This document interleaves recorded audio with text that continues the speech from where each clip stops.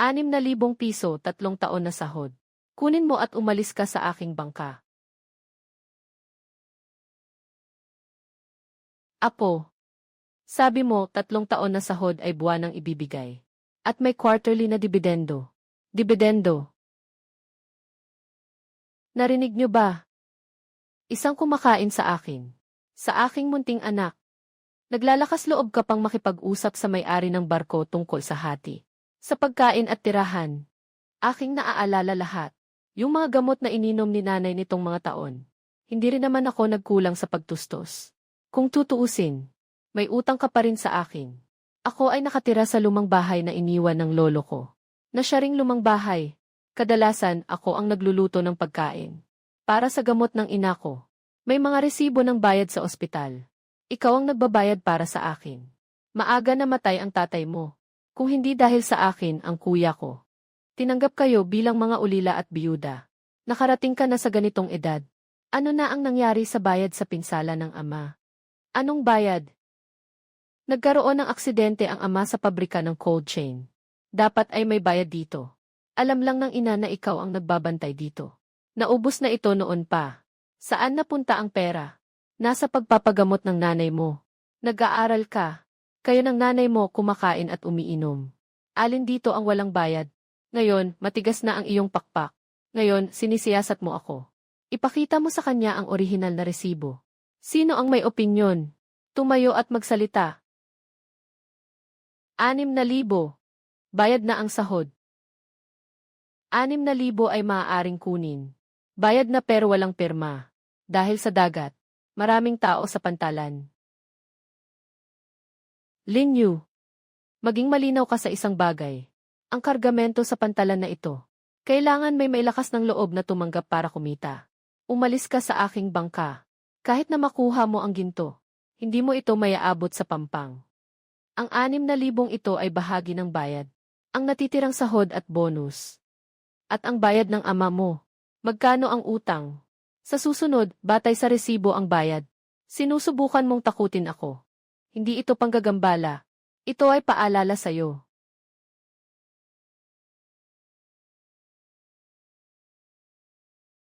Anong nangyari? Narinig ng nanay mo na ikaw ay pinalayas ng fleet. Katatapos lang masakit ang dibdib. Hindi makatayong matatag. Dumating na ang ambulansya. At kinuha na ang nanay mo. Sumama si Tio Chen. Xiao Yu. Nasaan ang nanay ko? Nasa pagsusuri. Sabi ng doktor. May problema na siya sa puso. Hindi na pwedeng ipagpaliban ito. Kulang pa ng 4,000. Pwede bang simulan ang pagsusuri? Ibibigay ko ang pera mamaya. Hindi titigil ang emergency na pag-aalaga. Deposito sa ospital. Kailangan itong mabayaran agad. Kung sigurado ang operasyon sa susunod, inaasahang kabuang gastos. Nasa 20,000 piso ang halaga. Tiyak na batay sa plano. 1,400, tandaan mo ito. Gagawa ako ng sulat ng utang para sa'yo. Nandyan pa ang nanay mo. Anong sulat ng utang ang isusulat? Kaya nga kailangan isulat dahil kakilala lang. Kagaya ng lolo mo. Kanino ba ang lubid na ito? Kahit sa pagtaas ng langis naaalala. Hindi naaalala. Sa huli ang natitira na lang ay ang utang na sinasabi nila. Unahin ko munang bayaran ang akin. Yung pera ni Uncle Chen. Wala nang kwento. Hindi naman marami. Unahin natin matapos ang araw na ito. Inay. Pinalayas ka ng dagat. Bumalik ka pa. Kailangan ng ina ng operasyon 200,000. Ang bayad sa pinsala ng ama ay ikaw ang humawak. Pakibigay ang orihinal na tala. Sabi ko na noon, nailabas na ang pera. Kailan mo nakuha? Gaano karami? Saan mo ito ginastos? Sinusuri mo ako. Suriin ang bayad ng ama. Nawala ang tatay mo noon. Umiiyak ang nanay mo. Hindi na makalakad. Ako ang tumanggap sa mga tao sa pabrika. Ako ang nag-asikaso sa libing. Ako ang nag-ayos ng bahay na tinitirhan ninyo. Ikaw ay nag-aaral, kumakain at nagpapagamot. Yung halaga na iyon ay hindi pera. Tingnan mong mabuti, kabuuan. 139.77. Kabuuan. Kanino ang bayad sa tuition na ito? 138.3. Kutsilyo. Matagal na ang taon. Normal lang na magkamali ng 1 o 2 taon. Yung sa nanay ko noong taong iyon. Ang gasto sa gamot ay 5,000. Sa record ng ospital, 8,000 lang. At mayroon pang nutrisyon. Pamasahe. Pag-aayos ng bahay, 60,000. Ang bubong ay inayos ni Tio Chen kasama ang mga tao. 2,000 lang ang binili na materyales. May sakit ang nanay mo. May isip ka pa. Natingnan ang mga maliliit na account. Dahil may sakit siya. Kailangan talagang suriin. Bilang isang ulupong. Yung kaunting pera na iniwan ng tatay mo. Nang maubos na ng mag-ina nyo. Nang buo na. Ngayon, kulang na sa bayad sa operasyon.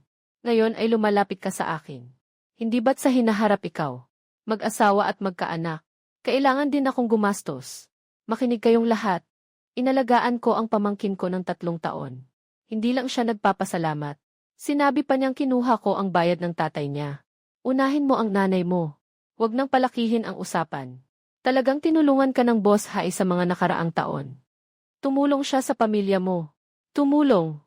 Hindi ibig sabihin na maaari na niyang kunin. At hindi rin ibig sabihin na 3 taon na sahod ay nagkakahalaga lang ng 6,000. Sino ang sa tingin ay may utang ako sa kanya? Sino ang magdadala sa kanya pabalik sa barko? Sa susunod, ikaw na ang maghanap ng lugar para ibenta ang mga produkto. Ikaw na ang maghanap ng lugar para ibenta. Dahil totoo ang mga tala.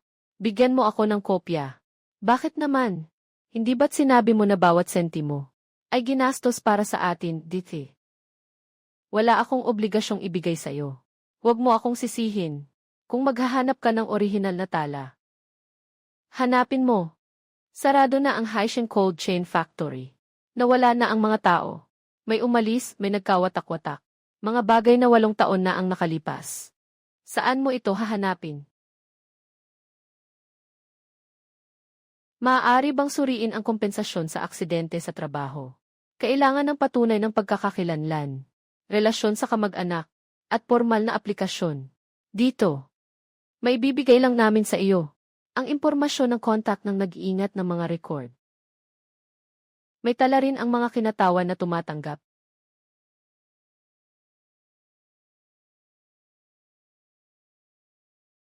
Kung noon ay nag-transfer o pumirma para kunin. Sa prinsipyo ay mananatili. Ang tuition sa high school ay 28,000. Nai-send na ng matagumpay. Bayad sa boarding. Sa gabi, pupunta sa lumang bodega ng bangka. Ngayon ay lumabas na sa pintuang ito. Sa pantalan, sino ang may lakas na tumanggap ng iyong kargamento? Maliban kay Ilindahay, na hindi makakalusot. Mas lalo kang natatakot na suriin ko. Mas nagpapakita lang na may problema sa mga account.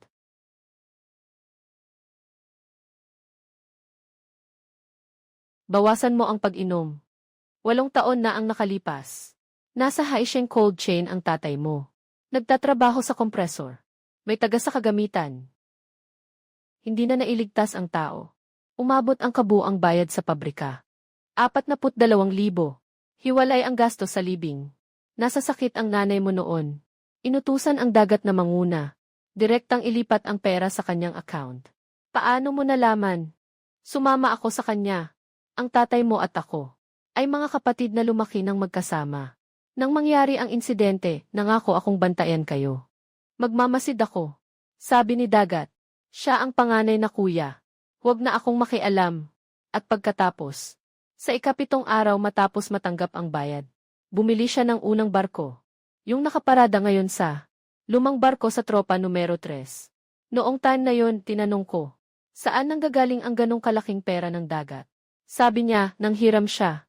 Pag kumita na ang barko, babayaran niya. Nabayaran na kaya niya. Walang nakakaalam kung kanino siya nang hiram. Matapos ibenta ni Lolo Zeng ang barko, inimbitahan niya kaming kumain. Uminom ng marami ang Dagat. Sabi nila ito ay kumukuha ng pera ng 3 tao para buhayin ang tao. Akala ko noon. Sinasabi lang niya iyon. Hindi ko naisip ng malalim. Alam ba ng ina kung kailan binili ang bangka? Hindi ko alam. Matapos niyang ayusin ang libing, Siya'y nagkasakit. Naghiga siya sa bahay ng halos kalahating taon. Si Dahay bawat buwan. Nagdadala ng ilang daang yuan. Sinasabi ng iba na siya'y tapat. Nakatanggap din ako ng kanyang kabutihan. Nagsimula na ang flotilya. Pinasunod niya ako bilang makina. Naisip ko na may pagkain sa bahay. Kaya't pinigilan ko ang sarili kong magsalita. Ngayon, sabihin mo, nasa panganib na tayo. Ano ang halaga ng panganib? Kung buhay pa ang tatay mo, pwede akong ituro sa ilong ko. At murahin ako habang buhay. Yung barko ay pag-aari ng pabrika. Hindi. Cold chain. Noong nag-audit ng kagamitan, binili ng dagat mula sa isang contractor. Bangka. May mga lumang makina sa bangka. Nagaling sa pabrika. Kaya't naiwan ang tatak. Wala akong orihinal na kopya. Matapos umalis si Lao Zeng, hindi ko siya makontak. Ngunit si Hai Sheng, form ng pag-claim ng danyos, maaaring may naka-archive pa. Bakit ngayon lang nagsabi na ang bahay ay naging storage na ngayon? Yung dating pinuno ng pananalapi, nakatira sa North Slope. May 2 anak ako. Lahat ay umaasa sa pantalan para kumain. Isang salita mula sa dagat. Hindi ako pinapapasok ng barko. Hindi pinapayagan ang tao na kumuha ng kargamento. Ngunit ang nanay mo ay nakahiga sa ospital. Ikaw ay pinalayas muli. Kung hindi ako magsasalita, anong pagkakaiba sa pagtulong sa kanya na lunukin ang pera? Anong pagkakaiba? Alam ba ng tiyuhin mo na nandito ka para sa akin? Hindi niya alam. Tungkol sa bagay na ito, huwag mo munang sabihin sa iba. Ano ang balak mong gawin? Una, iligtas ang nanay ko. Bago namatay ang lolo mo, nag-iwan siya ng isang bakal na kahon. Naghahanap na ako sa dagat ng ilang beses. Ngunit hindi ko ito natagpuan.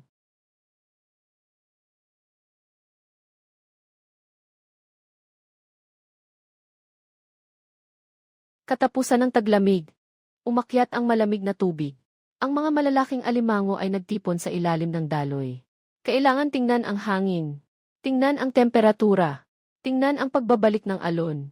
Huwag maghangad. Sinasabi dati ng lolo mo. May isang malamig na agos sa malayo sa dagat, na pwedeng makahuli ng malaking alimango. Pero hindi niya kailanman dinala ang iba. Ngayong taon ay dadalhin. Bukas ay magiging walang laman. Ang alimasag ay natatakot na mamamatay sa init kapag lumabas sa tubig. At natatakot din sa biglaang pagbabago ng temperatura. Malamig ang kwarto. Hindi pwedeng isara ng selyado ang kahon. Itong double thermometro. Matagal lang nais ni Lolo na ikabit ito. Pero noon ay hindi pa siya makabili. Ngayon, kaya na ng sugan maru na ikabit ito. Mag-install ng batayang kagamitan. Isang kable para sa bangka. Isang nakahiwalay na baterya. Hindi ka pa nga nakalayo sa dagat. Una, isipin kung paano patunayan na hindi ka nagkamali. Ang tiyuhin ang nagkokontrol sa pagbili. Talagang nakakuha ng magandang produkto. Ang unang salita niya ay hindi congratulations.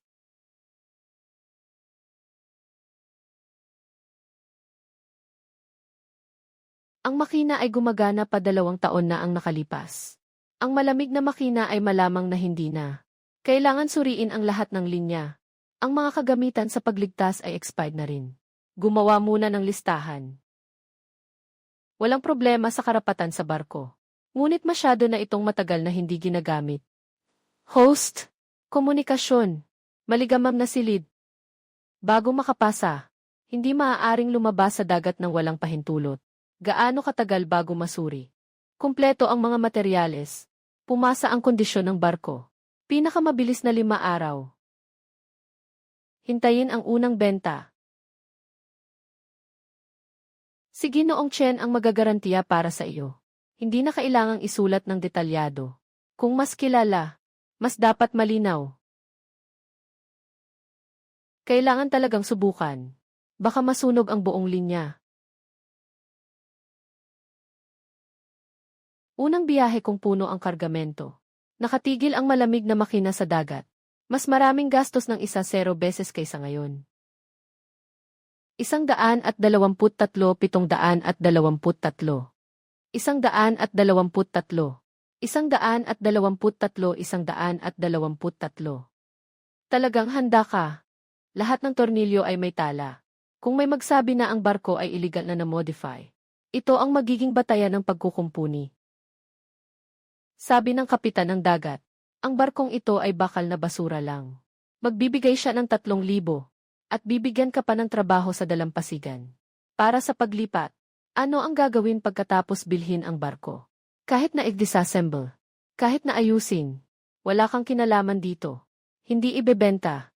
Nasa ospital pa ang nanay mo, di ba? Kunin mo na ang 3,000 para sa agarang tulong. Mas mabuti na iyon kaysa tumaya sa dagat. Pakiusap, umalis ka na. Hindi siya nag-iisip na sirain ang barko. Natatakot siyang makagalaw ang barko. Kaya bago magbalik sa paglalayag, hindi pwedeng walang tao sa gabi.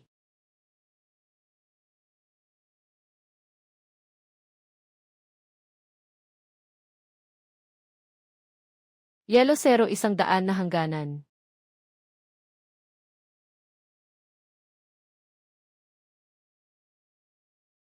Kapag talagang may nangyari, sino pa ang may oras para tumingin sa mga salita?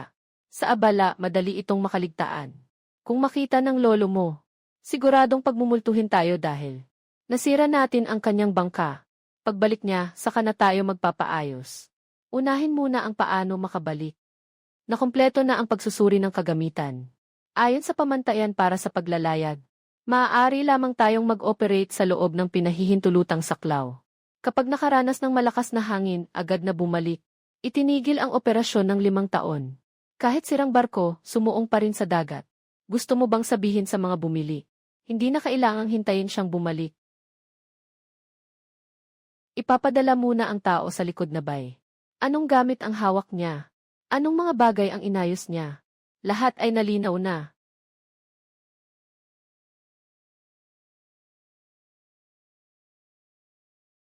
Nasa dagat lang tayo para manghuli ng alimango. Sinabi na ng tiyuhin. Walang gustong tumanggap ng ating kargamento.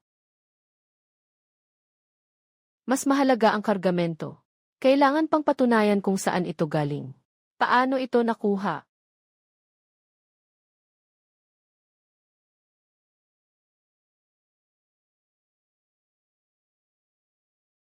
Sa unahan ay malalim na tubig.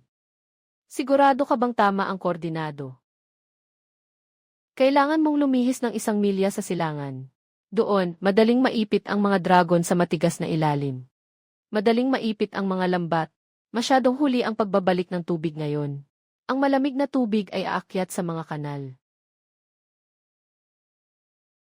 Xia Limited. Gusto mo bang mag-advance sa koleksyon? Maghintay pa ng 40 minuto. Kung walang laman, hindi na mababawi ang gasto sa gasolina ngayon. Kunin ng maaga. Wala pang pain sa hawla. Dalhin ang alimango.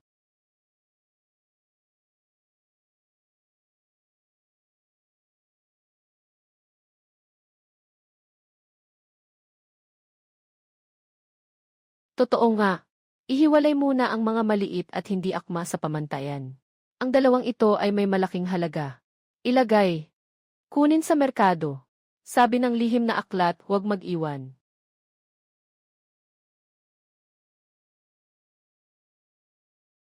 Kung nandyan ang lolo mo, hindi sana tayo pinagsabihan ngayon.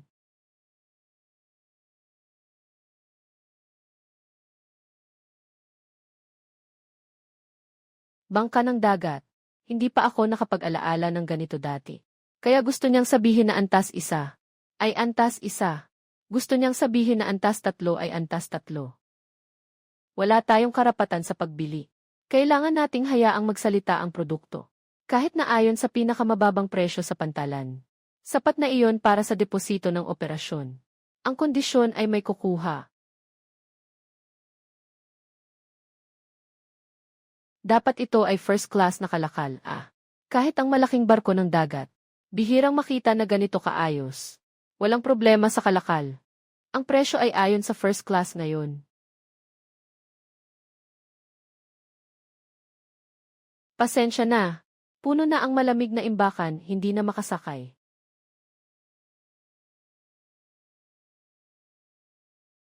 Mga kalakal na hindi kilala ang pinanggalingan. Sino nang may lakas ng loob tumanggap? Pagkakakilanlan ng video, bilanggo. Temperatura ng ice chamber ay nasa yung sirang barko ng lolo mo. Hanggang saan ito makakarating? Baka mula sa ibang tao. barko ay nagbaba ng kalakal. Maaaring i-verify. Sino ang nag-validate para sa'yo? Sino ang nag-validate para sa'yo? Ilalagay ko ang salita dito. Sino ang tumanggap ng kargamento ni Lin Yu ngayon? Sa hinaharap, ang lahat ng kargamento ng pamilya Lin. Hinding-hindi ka makakakuha kahit isang kahon. Karagatan. Hindi ikaw mag-isa ang may-ari ng pantalan. Sino ang may hawak ng kalakal? Sino ang nagsasalita? Matagal ko nang sinabi sa'yo. Nakuha mo na ang bagay. Hindi ibig sabihin nun ay kaya mong ibenta ng pera. Ngayon, bumalik ka at aminin ang pagkakamali. Ibigay mo sa akin ang barko. Pwede kong kunin ang batch na ito ayon sa 3 antas. Hindi ibebenta. Kaya't panoorin sila. 3 sa bodega. Hindi kayang dalhin ang buhay na alimango. Maaari itong mapanatili sa yelo. Ngunit sa bawat dagdag na araw, kumukunti ang kalidad.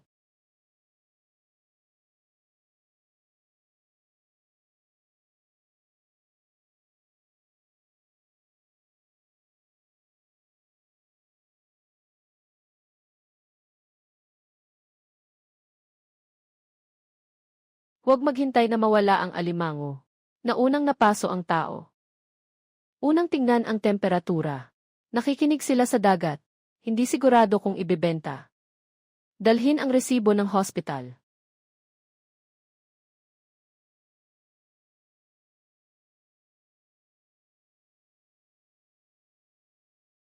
Sila 07. Parang si Akiang. Parang hindi itinuturing na ebidensya. Hanapin ang mga piyesa. 20250428143201. Nasa loob ay pribadong imbakan. Walang pahintulot ng kabilang panig. Hindi pwedeng basta-basta maghanap. Una, ipaalam kay Lindahay. Sa aking bodega, walang kanyang mga bagay. Naghahanap siya ng paraan para makapasok. Iulat ko siya sa pagnanakaw. Kaya't hinihiling ko na ikaw mismo ang dumating para buksan ang pinto. Nasa labas ako para makipag-usap sa negosyo. Tagatala ng inventaryo. Tumangging makipagtulungan. Kung ito ay may kinalaman sa pagkasira ng produksyon, susundin namin ang kasunduan sa pamamahala. Itatago at iulat.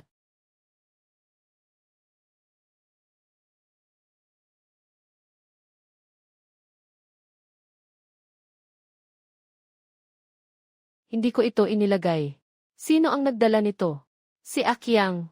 Sabi niya, nakuha lang niya ito. Maaari bang magamit ito? Matapos kunan ang ebidensya, maaari. Pagkatapos, panatilihin ang shell at tangent.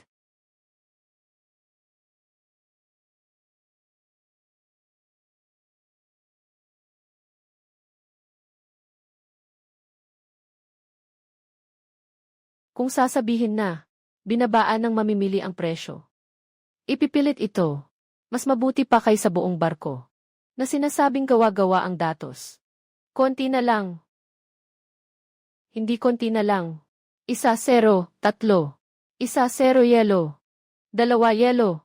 2022.06 1-0 yelo. Sila ang nagbigay sa atin ng isang bahagi ng ebidensya ng pagkasira ng yelo.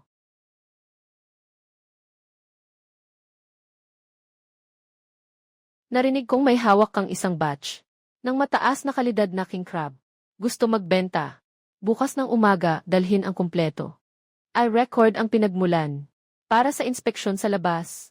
Hindi ba pwedeng sa lupa? Kailangan ng pansamantalang malamig na sasakyan.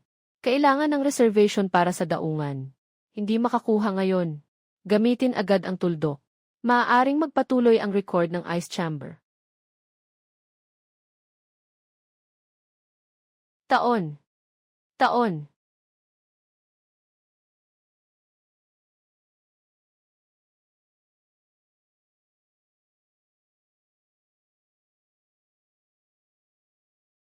Tiyak na.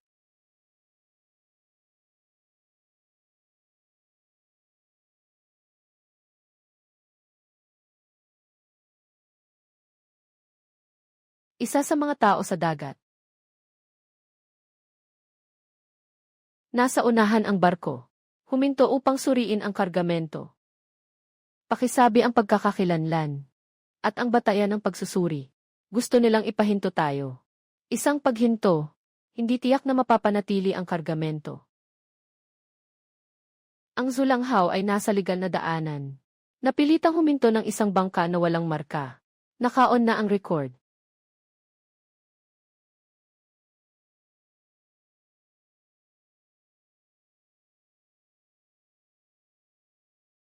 Hindi tayo makakapunta sa timog. Mababaw ang tubig doon. Sa hilaga ang kanilang bangka. Pakanan tayo. May mabatong dalampasigan doon. Ngayon ay panahon ng pag-urong ng tubig. Nasa 1 metro at kalahati ang taas ng batuhan sa ilalim ng tubig. Ang draft ng Zulang ay hindi higit sa 1 metro at 2. Mas mababaw ang speedboat. Kaya makakasunod. Mas mababaw ang speedboat kaya makakasunod. Mabilis sila. Pero malaki ang radius ng liko.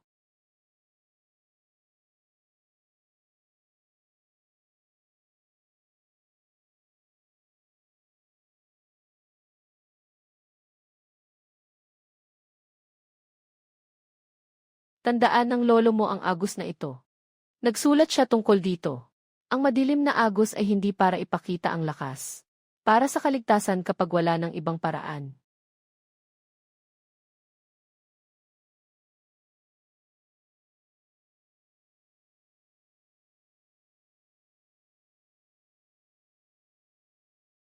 May nangyari sa daan. May mga tao na ayaw pang dumating ang kargamento na ito. Unang inspeksyon muna.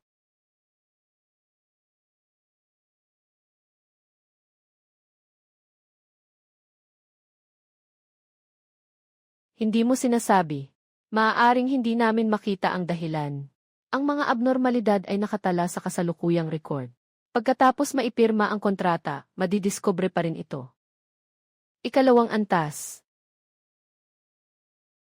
Akala ko ganito ang paraan ng pagkalkula ng mga kalakal. Siyempre, pwedeng-pwede. Pero kailangan suriin isa-isa ang mga kahon. Nakakaubos ng oras at effort. Nakakaubos ng oras. Mas mainam pa rin kaysa sa kalat-kalat na talaan. Totoong maganda ang mga kalakal. Sinabi ni Kellen Dahay na, ang mga alimango mo ay galing sa kanyang bangka. Maaari kong tanggapin ang kargamento. Pero kailangan mong patunayan na hindi ito kanya. 7,070. 20241123 Siyam. 2,201. Oras ng video. At ang lokasyon ay tumutugma. Walang putol ang box code. Ano ang nangyari sa 1 oras na paghinto? May mga tao pagkatapos umangkla na nag-alis ng mga bahagi ng malamig na makina. Pampublikong surveillance sa pantalan. Pampublikong surveillance sa pantalan tala ng hindi pagtitiwala. Saksi ng bodega at mga larawan ng pagkumpuni ay narito. Ang backup na temperatura recorder ay hindi naputol. Ang estado ng mga kalakal ay hindi nawawala sa kontrol. Nagawa mo na ang cold chain dati. Nangasiwa ka sa yelo sa fleet ng tiyuhin sa loob ng 3 taon. Ilang pera ang ibinigay niya sa iyo? Nasa likod ba ito? Kailangan bang bawasan ang cold chain? Pagkawala sa pagload. Pagdating ng kargamento sa akin. Ang panganib sa transportasyon ay sa akin. Kung sa oras ng paghahatid, hindi mataas ang sigla. Batay sa inspeksyon ng listahan, bawas. Walang dagdag na bayad sa pantalan. At sa relasyon, noon sa dagat, bawas sa bawat kahon ang serbisyo. Nagbibigay siya ng cold storage at channel. Maaaring singilin. Magkano ang singil sa parehong tanong? Bakit kailangan kunin? May nakasulat ba ng malinaw? Naghahanda ng bumalik para turuan ang iba. Naghahanda ng malaman ang halaga ng kanyang produkto. Bakit ito nagkakahalaga ng ganito? Kung 1-2 lang ang gagawin mo, napakahirap kapag sobrang detalyado. Kapag matagal na ginagawa, maaaring a-fix ang talahanayan. Mukhang hindi ka lang nag-iisip ng pondo para sa operasyon. Sobrang taas, sinusunod ko ang tunay na pamantayan ng merkado. Sinusunod ko ang tunay na pamantayan ng merkado. Hindi ayon sa talahanayan sa daungan ninyo. Bakit patuloy na sinasabi ni Linda na halos pareho ang presyo sa labas? Na ibinenta niya sa akin. Hindi ito ang tamang presyo. Sa mga nakaraang taon, ang kita mula sa negosyo ay hindi labag sa batas. Ngunit ang sadyang pagbawas ng ranggo at pagtatago ng tunay na presyo ng transaksyon at sabay-sabay na pagbili upang hadlangan ang iba ay ibang usapan. Maaari akong pumirma ng kontrata, pero may dalawang kondisyon. Ikaw ang nagsasabi. Bawat batch ng produkto, kailangang panatilihin ang parehong mga record ng pangingisda at cold chain. Pangalawa, kung ang issue sa pinagkukunan ay makakaapekto sa aking pagtanggap, ikaw ang may pananagutan sa kontrata. CJ, hindi ka muna nagbaba ng presyo. Ang ibinigay mong presyo ay may tala sa ibang merkado at may makatwirang kita na maaaring tumagal. Hindi kailangan na para sa unang transaksyon. Kumita ng kaunti pa. Bata, huwag masyadong magyabang. Kapag mayroon ka ng 10 barko, baka hindi mo naisipin ito. Kaya ilagay ang pamantayan sa kontrata. Saan ipapadala ang paunang bayad? Mag-deposit ka muna ng 5,000 dito. May tao sa bahay na kailangang operahan. Nanay, kaya gusto mong ibenta agad. Gusto kong bilis. Dapat walang kulang na tala.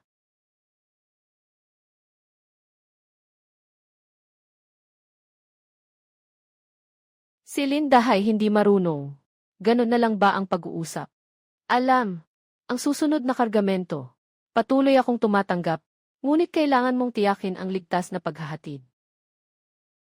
Susunod na batch, bawat kahon, ay magkakaroon ng hiwalay na tanda, para sa seguridad, pangontra sa pagnanakaw, at pangontra rin sa panlilinlang.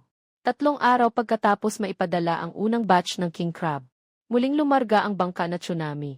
Sa pagkakataong ito, hindi inilagay lahat ng mga kawil sa iisang lugar, upang maiwasan ang sobrang pangingisda, at para na rin mabawasan ang paglabas ng lokasyon. Para sa seguridad, ang kargamentong ito ay 60% lamang ng unang batch. Ngunit mas matatag ang kalidad. Bago bumalik, gumawa ng isang read-only na dokumento ng eroplano. Ipadala ito kay Boss Zu ng maaga. Seat 206. Noong dati, ang fleet ay naglo-load ng kargamento. Isinusulat lamang ang bilang gamit ang chalk. Noong pumasok ang mga kalakal sa malamig na silid ni Tia, hindi na makita ng mga manggagawa sa barko. Ngayon, bawat kahon ay parang kailangan pa ng pirma sa paglipat.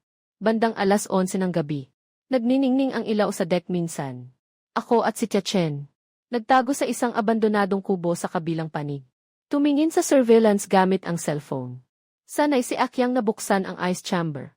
Inutusan ng 2 pang tao na ilipat ang mga kahon. Gusto nilang lumikha ng maling impresyon. Hindi sila naghihintay na lumabas ang ebidensya, kundi nag-imbento sila ng peking ebidensya. Tandaan ang numero. Ipadala sa cold storage number 3 pagkatapos. Palitan mo ng kahon ni Boss Hai. Bukas ng umaga, sinasabi na ni Linyu na ninakaw niya ang kargamento ng barko. Maghintay pa tayo. Maghintay pa tayo, wala nang alimango. Sa barko, mali ang pagkakahuli. Ang pagpasok ng kahon sa transfer truck ang tamang gawain. Huwag gagalawin.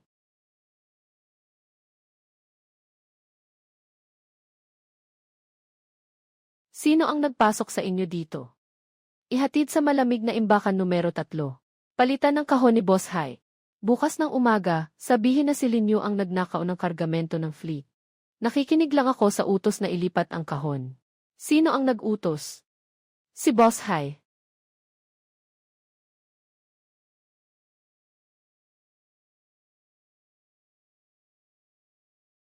Orihinal na plano, ihatid sa malamig na imbakan numero 3. Palitan ng kahon ng fleet. Wasakin ang ebidensya. Sabi ni Boss Hai. Basta palitan lang ang kahon. Bukas ng umaga, dadalhin niya ang tao para mag-imbestiga. Pagdating ng oras, hindi magtutugma ang mga tala ng zulang at ang kargamento. Hindi na rin magtatangkang tumanggap si Boss Zu. Kainan sa pantalan. Sino ang nagbigay sa iyo ng selyo? Tagapangasiwa ng bodega. Sino ang nag-utos sa tagapangasiwa ng bodega? Kung hindi naglagay ng surveillance si Linyu, bukas, talagang mahirap ipaliwanag. Kung papalitan ang 4 na kahon, pwede nang sabihin na may problema ang buong barko. Noon, kapag pumasok ang mga kalakal sa malamig na bodega, sino ang nakakaalam kung pinalitan ang mga kahon? Ilang mga pansamantalang manggagawa, hindi marunong mag-ingat. Ano nang kinalaman ko dyan? Bakit nila dinala sa iyong malamig na imbakan? Hindi lang ako ang gumagamit ng warehouse 3. Ipinapakita ng rehistro na ang buong imbakan ay eksklusibong pag-aari ng iyong fleet.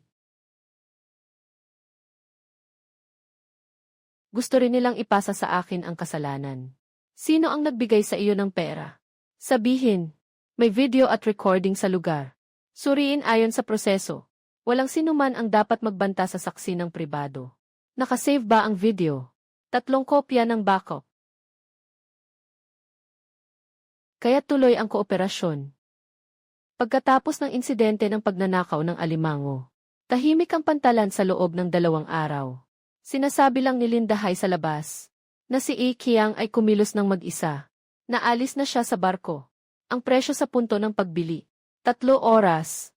Normal, biglang tumaas sa 12 oras. Natakot siya na baka ilabas ng lahat ang mga luma nilang usapan. Ang pagtaas ng presyo sa loob ng 2 araw ay hindi nangangahulugang patas ito.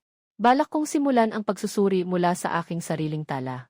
Sa nakaraang 3 taon, palaging sinasabi ni Lindahay na may mga pinsala sa transportasyon. Hindi rin nakita ng mga mangingisda. Ang huling resibo. Kailangan lang maniwala. Umuwi si Tio Chen at kumuha ng 1 lata. Nandyan ang 7 taong mga ulat sa pagsasara. Natatakot ang asawa ko na baka hindi magtugma ang mga account sa hinaharap. Hindi itinapon ni Zhang. Ang pinakakilala sa lahat. Ang mga mangingisda ay nagbigay ng 360 kilo. Sa oras ng pagsasara, nabawasan ng 42 kilo dahil sa pagkasira. Saan napunta ang sobrang kargamento? Hindi ito sobra, kundi kulang ang naisulat sa pag-aayos. Noong taong iyon 3 barko kami. Dahil sa batch na ito, nalugi kami ng halos ilang libo. Sapat na ba ang mga ito? Maaari itong patunayan na may anomalya. Ngunit hindi sapat upang ipaliwanag ang kabuuang direksyon. Kailangan ko, maraming mga resibo ng tao. Kailangan makipag-ugnayan ng pribado. Ilang mangingisda na pinakamasahol ang presyo. Huwag isulat ang pangalan ko. Kailangan pang magbenta ng mga produkto sa maliit kong bangka. Maaari munang itago ang pagkakakilanlan. Noong panahong iyon, sinabi ng dagat, ang 8 kahon ay nahulog sa transportasyon. Nakita mo na ba yung nawawalang binti? Wala. Hindi kami pinapayagang pumasok sa malamig na bodega. Ibalik mo sa akin ang listahan. May naghahanap sa'yo. Walang naghahanap. Ang asawa ko ang natatakot. Nasa bayan pa ang mga bata sa paaralan. Ang barko ay huminto sa pantalan sa kabila ng dagat. Talagang nagkakagulo. Paano na ang mga araw? Umalis na ako. Sa tingin mo ba wala akong silbi? May pamilya kang dapat alagaan. Meron din ako. Kaya't kailangan totoo ang ebidensya. Dapat din itong ipasa ng mga handang tumanggap. Iwanan mo na muna ito. Kung sakaling matuklasan ako sa hinaharap, saka na lang natin pag-usapan. Naka-number na ang mga larawan. Hindi ko pa rin naisulat ang nagbigay.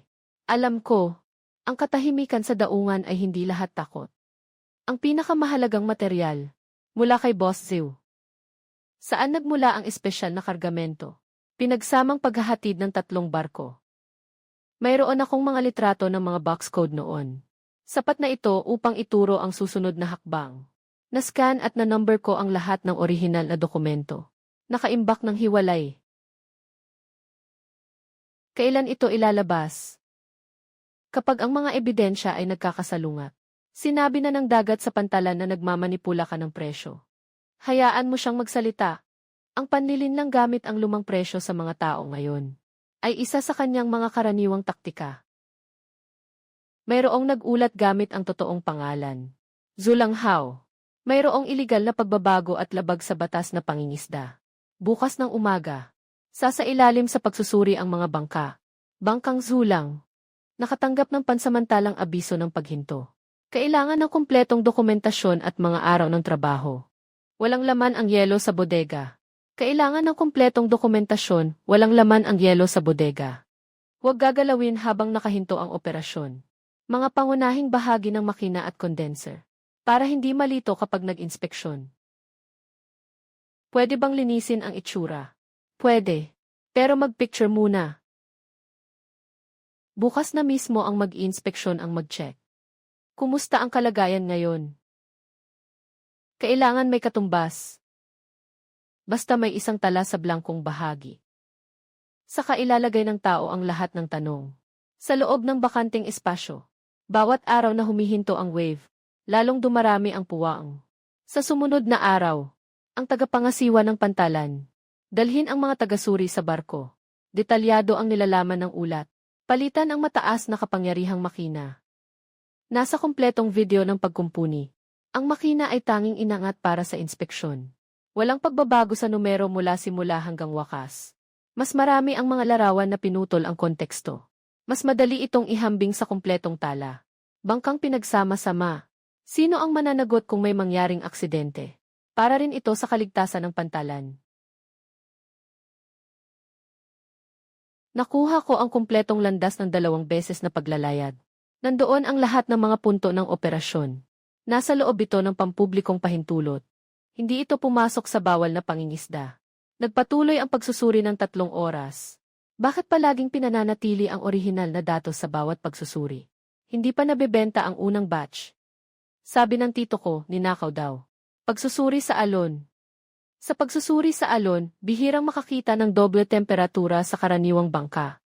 Sa kanyang barko dati.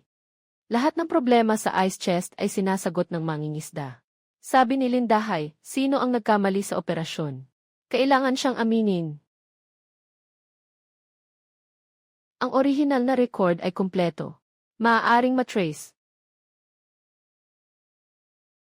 Matapos ang pag-aayos ng emergency light, muling magsimula ang operasyon. Hindi valid ang pangunahing reklamo. Kung marereklamo muli ang parehong issue, diretsong ma-access ang record na ito. Natatakot ka bang paulit-ulit siyang gagamitin ang inspeksyon para pigilan ka?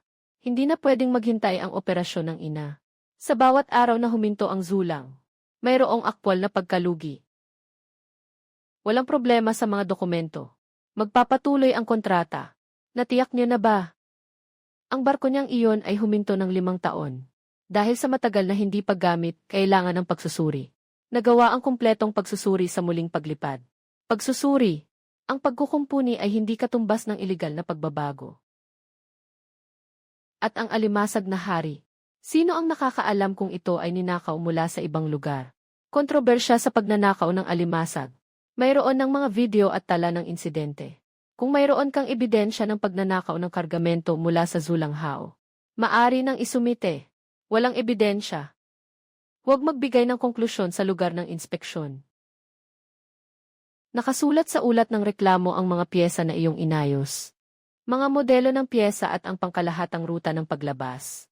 May nagmamasid sa iyo. Alam ko. May isa pang bagay. Pansamantalang anunsyo ng paghinto may isa pang bagay.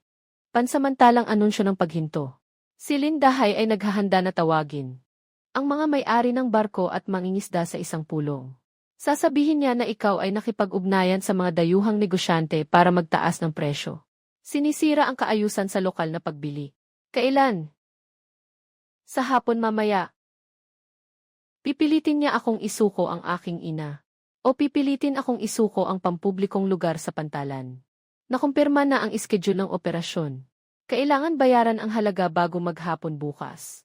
May oras pa ba para sa 3 batch ng kargamento? May oras pa. Ngunit kailangan baguhin ang paraan ng paghahatid. Hindi na babalik ang Zulang sa orihinal na pantalan para mag-unload. Bago umalis sa dagat, suriin ng tagapamahala ang mga kahon. Diretso sa panawid na bay pagkatapos bumalik. Nasa lugar ang inyong tao para sa pagtanggap. Ang mga datos ng landas at yelo ay sabay na ibinabahagi sa magkabilang panig. Natatakot na maulit ang pagnanakaw. Pinipigilan din ang kanilang sinasabi na ang kargamento ay pinalitan sa pantalan. Tataas ang gastos. Mas mura ito kaysa sa pagkasira ng buong kargamento. Bago ang ikatlong paglalayag, hinati ko ang 18 kawil ng alimango sa 6 na grupo. Kunin ang lahat ng kaya sa dagat. Mag-iwan ng daan para bukas. Magdagdag pa ng 2 kawil. Mas ligtas ang bayad sa operasyon. Kapag may kontrata na, aalis na. Sana walang masira sa biyahe. Tapos na ang reserba. Hindi lang basta-basta nakukuha ang cold flow coordinates. Parang isang tambak na ginto. Gusto pa nilang may sasakyan pang darating. Kaya hindi pwedeng kunin lahat ngayon.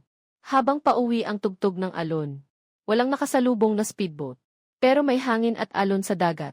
Mas malaki kaysa sa 2 beses na nakaraan.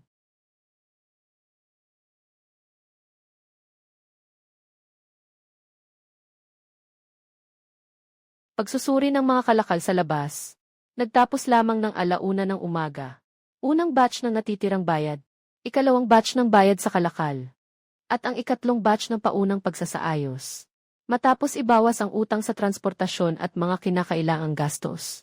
May kulang pang 27,000 sa account ng ospital. Mayroon akong 3,000. Hindi na pwedeng kunin ang iyo. Kailangan munang operahan ang nanay mo. Iyan ang pera para sa pag-aaral ng bata. Natapos na ang huling inspeksyon ng ikatlong batch ng mga kalakal.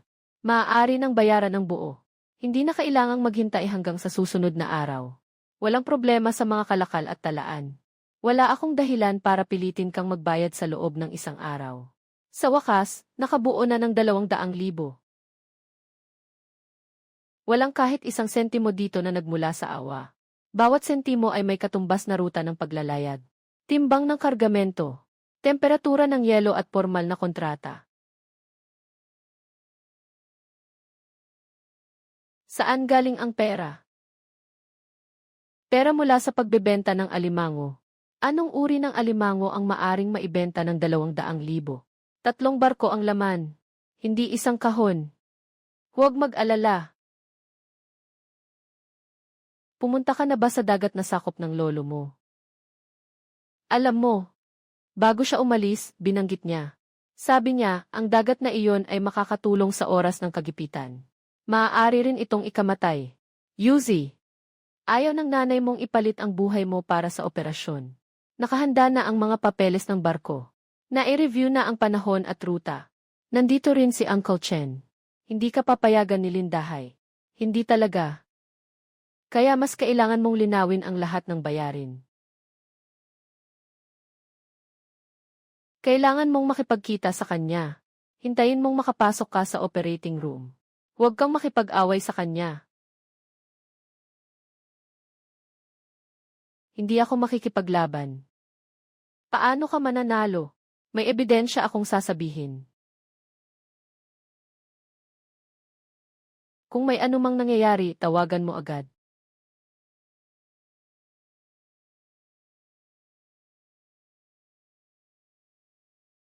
Sabi ng dagat na ninakaw mo ang alimango. Inilabas niya ang listahan ng presyo. Sabi niya na nakipagsabuatan ka sa mga dayuhang negosyante para tumaas ang presyo. Sa report, sabi niya na nakipagsabuatan ka sa mga dayuhang negosyante para tumaas ang presyo. May mga tao na nagsimula ng maniwala. Tingnan niyo ng maigi. Ang king crab sa loob ng barko ni Lin Yubing. Pareho ng uri ng mga paninda na nawala sa aking pangkat ng barko. Siya ang una mong ninakaw ang mga paninda ko. At nakipagsabuatan sa mga taga-ibang lugar para tumaas ang presyo. Ngayon, nagkakagulo na ang buong pantalan. Sino ang dapat managot? Hindi ba si Akyang ang nag-alis ng alimango mula sa Chulong? Iyan ay isang patibong ni Lin Yu. Bakit nakikinig si Akyang sa'yo? Matagal na siyang tinanggal sa trabaho. Hindi ito tungkol sa akin. Saktong-sakto. May tao na dumating. Ito ay tungkol sa loob ng pantalan. Bakit nandito ang mga dayuhang negosyante? Sinasabi mong nakikipagsabuatan ako kay Lin Yu. Siyempre gusto kong makarinig kung paano kayo nagsabuatan. Binibili mo ng mura ang mga kalakal. Masamang lokal na kaugalian. May mukha pang magsalita. Unahin nating linawin kung sino ang sinabing mababa ang presyo. Ngayon ay titingnan lamang ang tatlong bagay. Una, kung legal ang pinagmulan ng mga king crab ni Linyu. Pangalawa, kung may kinalaman ang pagnanakaw ng mga crab at pagkasira ng kagamitan. Sa fleet ni Lindahay, mayroon bang sadyang pagtatakip-takip sa presyo ng pagbili sa ikatlong pantalan? Ng mga isyu sa pag-uri at pagtatalo. Ang bayad ng ama ay isang lumang usapin. Maaaring isumite ang mga kaugnay na impormasyon. Ngunit ang panghuling konklusyon ay nakasalalay sa formal na pagsusuri. Pahintulutan siyang magpaliwanag. Bakit ang alimango sa kanyang barko? Pareho na pareho sa akin ang itinatapon. Kailan nawala ang iyong fleet? Gaano karaming nawala? Mahigit 300 kilo. Ano ang ulat ng pagkawala? Panloob na pagkalugi. Hindi na kailangan ipaalam sa iyo. Ano ang tungkol sa mga kargamento? Wala nang natira. Saan nang galing ang kahon? 3 beses lumarga ang zulang. Gaano karami ang naihatid? Gaano karami ang ibinalik? Gaano karami ang pumasok sa warehouse? Lahat ay may record. Maaaring ay edit ang video. Magkaugnay ang mga oras ng file. Walang natagpo ang putol na punto. Ito ang orihinal na datos ng lokasyon ng barko. Ito ang rehistro ng pag-alis, tala ng pagbabalik, at oras ng pagdating sa panlabas na daungan. Ang 3 landas ay nasa pinahihintulutang lugar ng operasyon. Sino ang makakaalam kung alin ang totoo o hindi? Ang orihinal na tala ay napatunayan ng tagapangasiwa. Tala ng tala sa trabaho sa lihim na record. Ipinapakita lamang sa mga nag-imbestiga. Hindi isinasa publiko ang tiyak na lugar ng pangingisda. Binubuksan ng administrador ang selyadong supot. Kinukumpirma ang direksyon ng guhit na kamay at ang temperatura ng tubig. Maaaring patunayan. Ang zulan ay sumusunod sa itinakdang kondisyon ng dagat. Pagdating sa lugar ng operasyon, tiyak na koordinato bilang impormasyon ng operasyon na nakatago. Ipagpapatuloy ko na. Noong araw, nawala ang mga piyesa ng tidal wave. Nakita sa KTV si Ikiang. Ibinaba sa ice storage no. 3 sa dagat. Ano ang pwedeng ipaliwanag ng isang piyesa? Na nakuha ni Ikiang. Tingnan mo ang ikalawang bahagi. Ipasok sa malamig na bodega numero 3. Palitan ng kahon ni Boss Hai. Bukas ng umaga, sabihin mong ninakaw ni Linyu ang kargamento ng fleet. Ang video ay siya ang nag-set up at kumuha. Kinuha ni Aki ang kanyang pera. Ang 4 na kahon na sangkot ay nasa yelo ng Zulang Hao. Ang pamamahala ng pier ay pareho ang kahon at talaan ng paglabas sa dagat. Nasa lugar ang cellphone ni Akyang, pamamahala ng pier. Nakatanggap ng tawag mula sa iyo, pamamahala ng pantalan. Patutunguhan ng kargamento, pamamahala ng pantalan. Para sa iyong eksklusibong cold storage no. 3, pamamahala ng pantalan. Para sa iyong eksklusibong cold storage no. 3, hindi maipapakita na ako ang nag-ayos ng tawag. Totoo, hindi lang ito pwedeng patunayan mag-isa. Kaya ang tawag tungkol sa video warehouse parts. Kasama ang pahayag ni Akyang, isumite para sa pagsusuri. Nakatanggap ako ng 3 batch ng king crab mula sa Zulang Hao. Ang kalidad at bigat ng bawat batch ay tumutugma sa mga selyo at tala ng yelo. Lahat ay maayos. Ang mga kargamento na ibinibigay ni Lindahay sa akin ay iba sa mga kargamento ng Zulang Hao. Sinasabing ninakaw ni Linyu ang kanyang kargamento.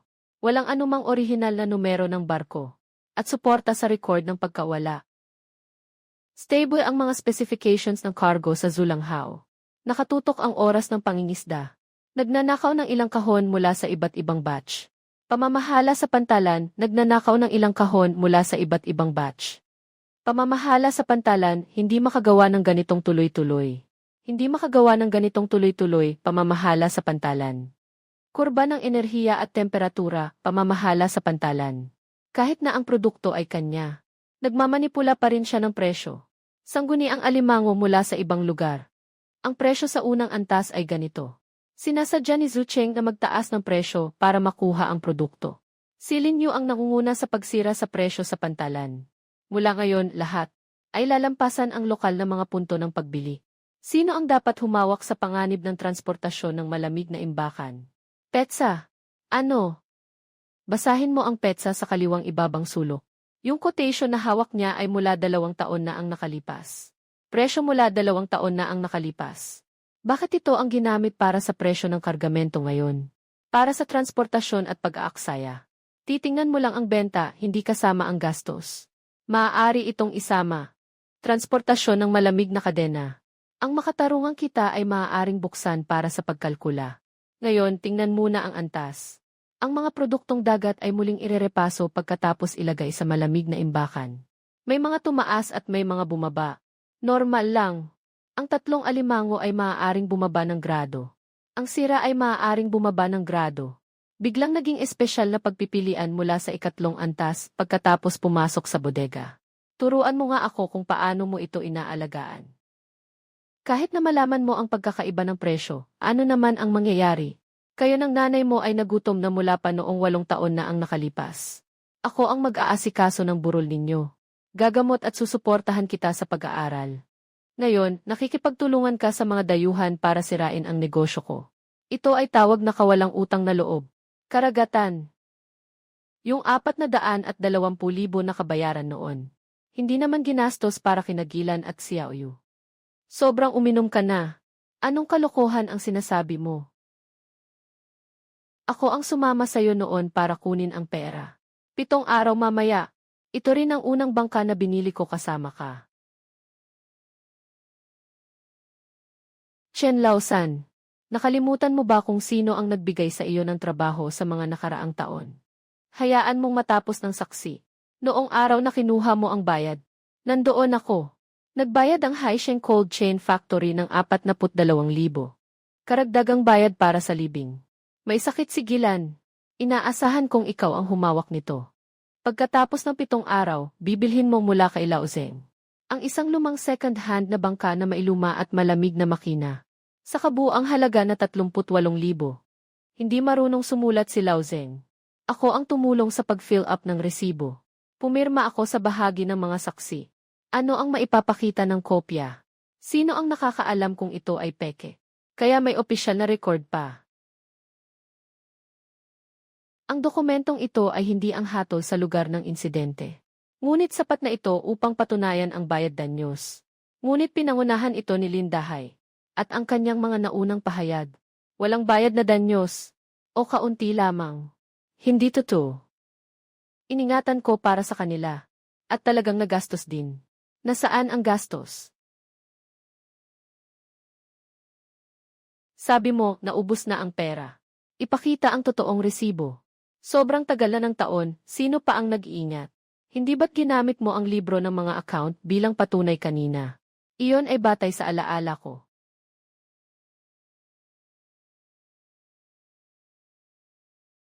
Ang mga bayarin sa lumang account ay dapat nasuriin ng maayos.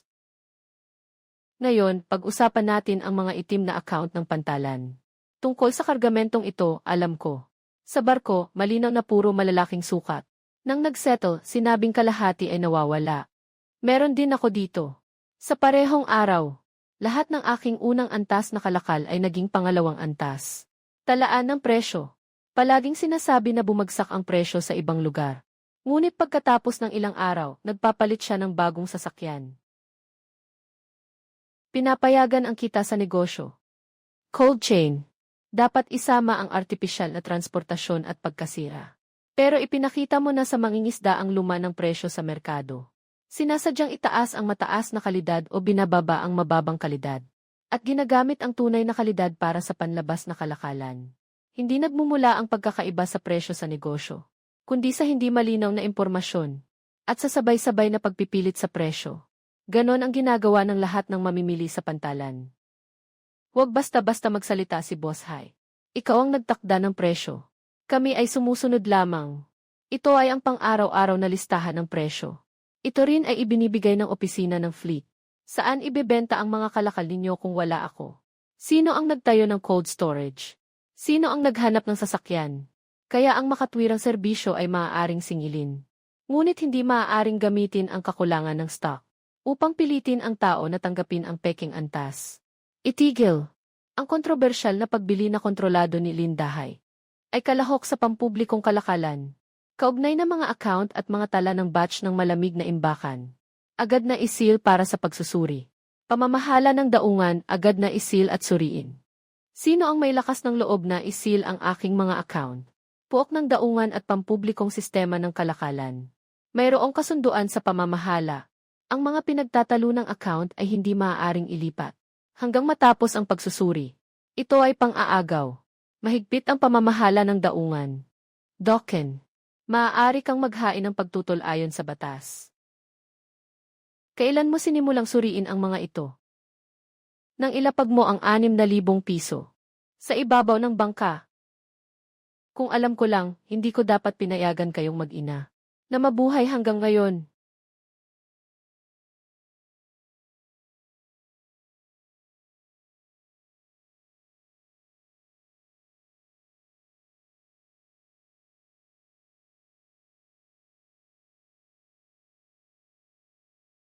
Kamag-anak ni Sugilan ba? Tapos na ang operasyon. Kasulukuyang ligtas ang kalagayan. Ililipat na ang pasyente sa monitoring para sa obserbasyon.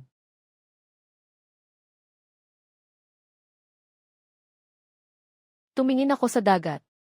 Yung hininga na nakapatong sa dibdib ko ng 3 taon. Sa wakas ay medyo nakalaya na.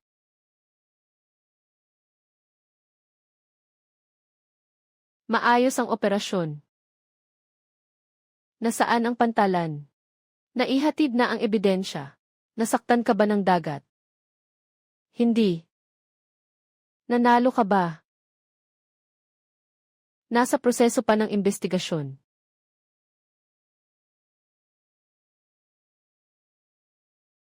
Hindi mo na kailangang yumuko sa sinuman. Una, alagaan mo ang iyong kalusugan. Habang nasa ospital ang nanay, patuloy pa rin si Boss Zhao sa pagtanggap ng mga kalakal ayon sa kontrata. Si Uncle Chen ay kusang loob na humawak ng mga operasyon sa barko. Maraming tao na dati ay natatakot lumapit ay nagsimula ng magtanong, Si Xiaoyu, maaari ba naming gamitin din ang iyong transparent na kontrata? Hintayin muna ang mga patakaran.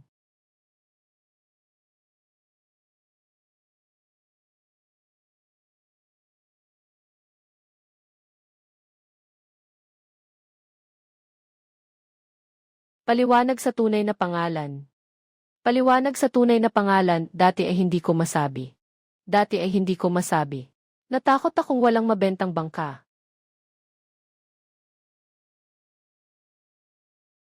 Ngayon, nakuha na ang pera. Dapat na ring isulat ang pangalan.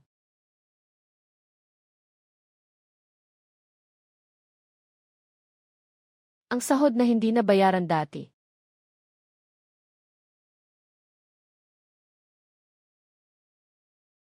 Nasiyahan ka na.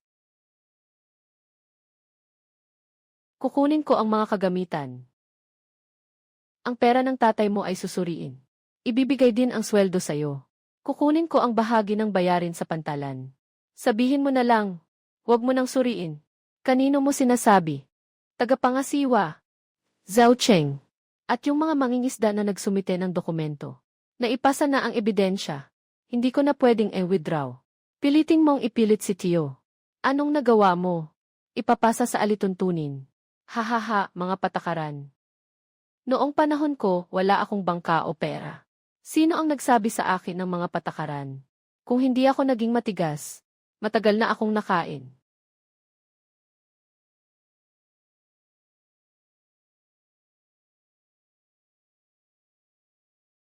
Nang bumili ka ng unang bangka gamit ang bayad. Sino ang nakain?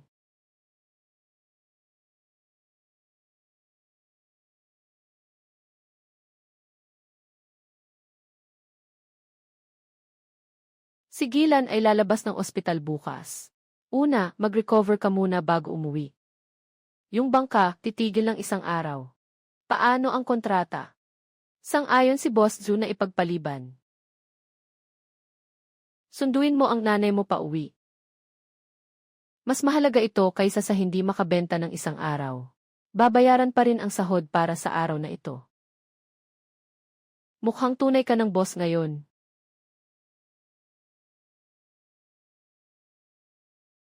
Dapat malinaw ang mga account. Umalis ang zulang mula sa lumang pwesto ng barko. Lumalayo na ang opisina sa likuran. Hindi ako lumingon. Nababarang ang tagapangasiwa araw-araw sa trading area. Ang pagkakaroon ng isang putol na binti, bumababa sa ranggo. Pamamahala ng daungan, ang pagkakaroon ng isang putol na binti, bumababa sa ranggo. Normal ang temperatura ng yelo. Bakit pa rin nasasayang? Nagbabago araw-araw ang presyo sa ibang lugar. Sa anong araw ang bayad sa pantalan? Iminungkahi ni Boss Zhou. Maaaring magtatag ng fixed inspection sheet. Bawat item ay dapat kumpirmahin. Nang nagbebenta, inspektor at mamimili ng sabay. Ang dami namang abala. Bawat kahon na may lagayan. Hindi matatapos ang transaksyon kahit maghapong gawin. Pwede mag-sample check. Pero ang mga patakaran sa sampling ay dapat nakasulat ng maaga. Hindi pwedeng sabihin na magbago ang mga pamantayan kapag dumating na ang mga kalakal. Nabigla na lang sasabihin na nagbago ang mga pamantayan ngayong araw. Ang presyo ng bentahan sa labas ay impormasyon pang komersyo. Paano magiging bukas lahat ng impormasyon? Huwag ipaalam. Bawat kontrata ng kliyente. Pwede itong suriin sa pampublikong merkado. Mga gasto sa transportasyon at mga saklaw ng pagbili sa pantalan. Ilan na lang ang natitirang kita. Ang makatuwirang kita ay mananatili. Sino ang sa tingin ay hindi angkop? Maaari silang hindi makilaho. Sa wakas, nagpa siya ang pantalan. Naipatupad ang modelo ng kooperatiba. Ang mga mangingisda na nais sumali ay magparehistro ayon sa bangka. Hindi sa pilitan. Unang pagpupulong para sa paghahanda. May nagmungkahi na ako ang maging namumuno. Tinanggihan ko ito. Ang bangka ng Zulang ay nagbebenta rin ng mga produkto. Nagtatakda ako ng presyo ng sabay-sabay. Ano ang kaibahan sa nakaraan? Hindi ang namamahala ang nagtatakda ng presyo. Sila ang responsable sa pagpapatakbo ng proseso. Ang presyo ay ibinibigay ng mamimili. Ang antas ay kinukumpirma ng 3 partido. Ang mga account ay pampubliko bawat buwan. Hindi ko rin kayang pamahalaan ang pananalapi ng mag-isa. Pumili ng 3 tao para pumirma. Cold flow coordinates.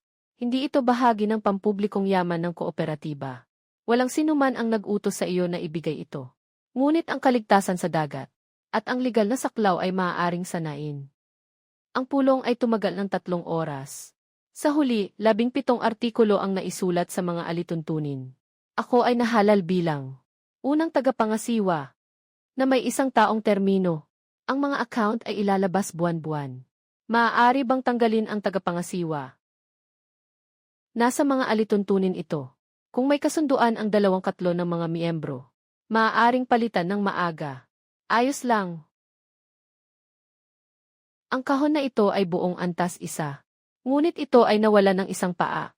Ang isang ito ay itataas sa antas 2. Ito ay nawala ng 1 paa. Bakit kailangan ibaba ang buong kahon? Hindi ibinaba ang buong kahon. Itinataas lamang ang timbang ng 1.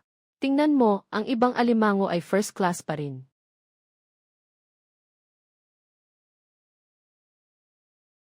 Noong dati, kung magkano ang binigay, yun na yun. Walang recomputation. Paano na kapag magbabayad na ng goods? Paano magtatakda ng presyo? Kitang-kita naman ng lahat.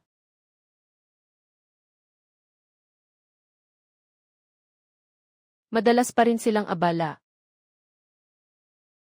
Ngayon may sahod na sila. Sino ang nagpadala sa iyo? Ang kooperatiba ay nagpadala ayon sa mga alituntunin. Kaya huwag na tayong makakuha ng 6,000 sa loob ng 3 taon.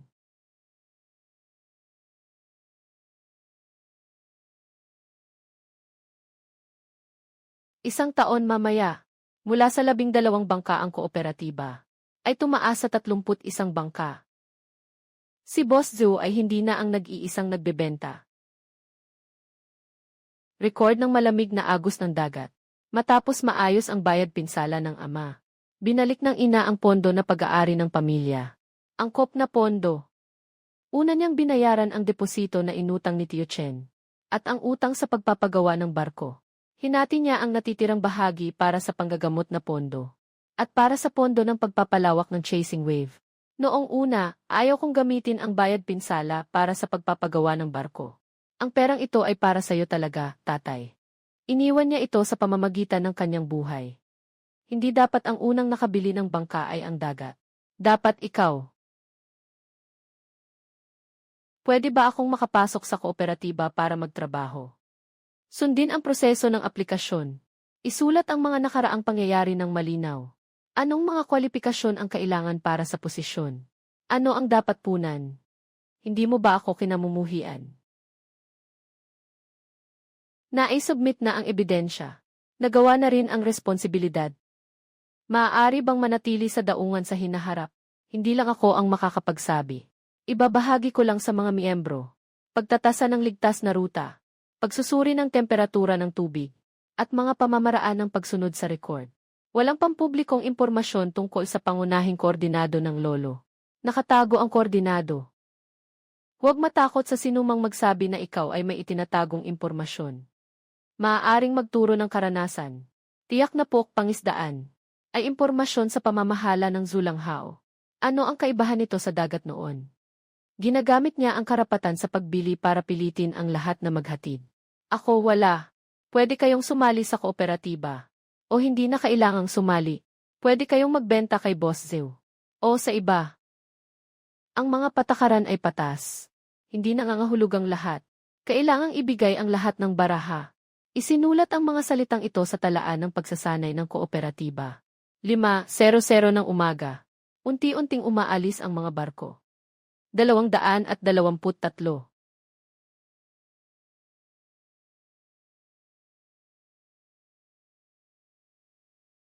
Naaalala pa ang mga nakaraan. Tingnan ang daanan. Kasing matigas ng bibig ng lolo mo.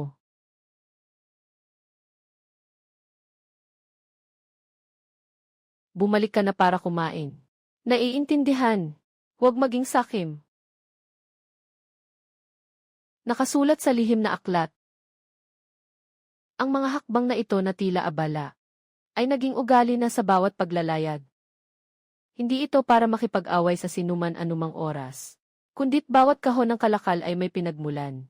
Bawat pera ay may pinanggalingan, may patutunguhan. Ang pagsubok ay patungo sa open sea. Hinahati ng ulo ng barko ang unang ningning na alon. Parehong dagat pa rin ang nasa harap. Nakakalat na ang mga tala sa pantalan sa ilalim ng araw.